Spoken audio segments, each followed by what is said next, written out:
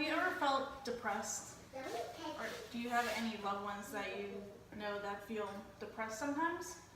Well, there's a chance that they could have dysthymia. And today I'm going to talk to you about dysthymia. You're probably wondering what dysthymia means. Well, literally it means ill humor in Greek. And what it is a low-level form of depression. It's almost depression, but it's much more subliminal. And it is also called PDD, persistent depressive disorder. The name changed, but it's still the same disorder.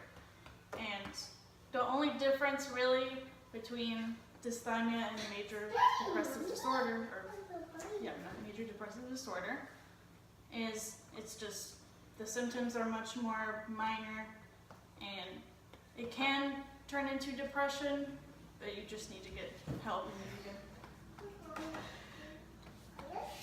And the symptoms are just appetite change, like you either want to eat a lot or you don't want to eat at all. You either want to sleep a lot or you can't sleep. You feel hopeless. You can't concentrate in class. It's very hard to even concentrate on what someone's saying to you. What causes dysthymia? Well, it could be an imbalance in chemicals in your brain, and what a lot of people don't know is that can be just as bad as any regular disease, because the chemicals in your brain, if they're imbalanced, triggers your body goes out of whack. So you can get depression, you feel suicidal. It's very important that you figure out what's going on. Or family history. If your grandma or grandpa had it, there's a chance you could have it too. Or if something stressful happened in your life, like past years, that can get to you. A lot of people don't know that. In this slide, it shows a picture of a normal brain with normal chemicals, and this shows a depressed brain. You see it's much more dim, ironically, like it looks depressed. And the chemicals are basically just not getting to the brain, not passing it to the amygdala. And chemicals such as norepinephrine, they don't get to the amygdala. So that's basically what causes the actual disease, the actual disorder. How to diagnose it is you can go in and do blood work, and they take a sample of your blood, and they run tests to see what's going on with your body, like just to see what's going on. And they use the Diagnostic and Statistical Manual of Mental Disorders. That's the manual that doctors use. They just compare it.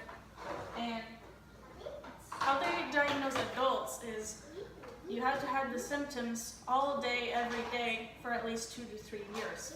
In children, which is actually much more common in children, you have to have the symptoms for 1 year at least. Treatment options. There are actually a lot of ways to get help. You can go for psychotherapy. What psychotherapy is you go to a therapist and they talk to you.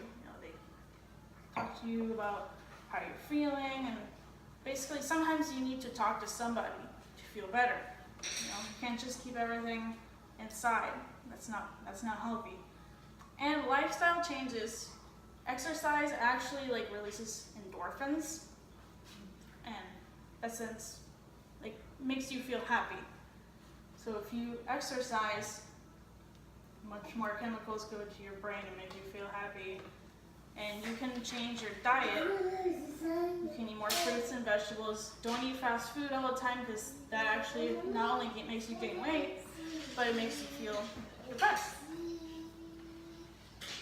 And medication, there's Prozac and Zoloft. Prozac and Zoloft. The only downside of those medications is they work, but if you stop taking them every day, you can go through withdrawals, like any other drug. But if it can help you, maybe you should make the sacrifice. In conclusion, dysthymia is not a personality trait. It's not a part of you. You're not a bad person for feeling the way you do.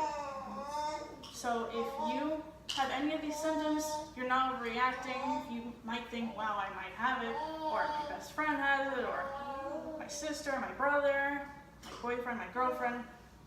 Talk to them. Be confrontational without being Be non-confrontational. Don't come on too strong, because they might shut down and feel worse. Get help.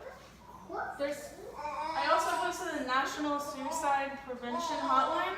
It's 1-800-273-8255.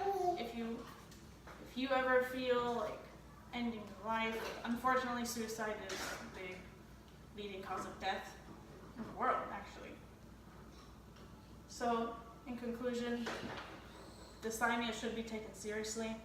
It might be minor, but it can turn into something major. Thank you. Good.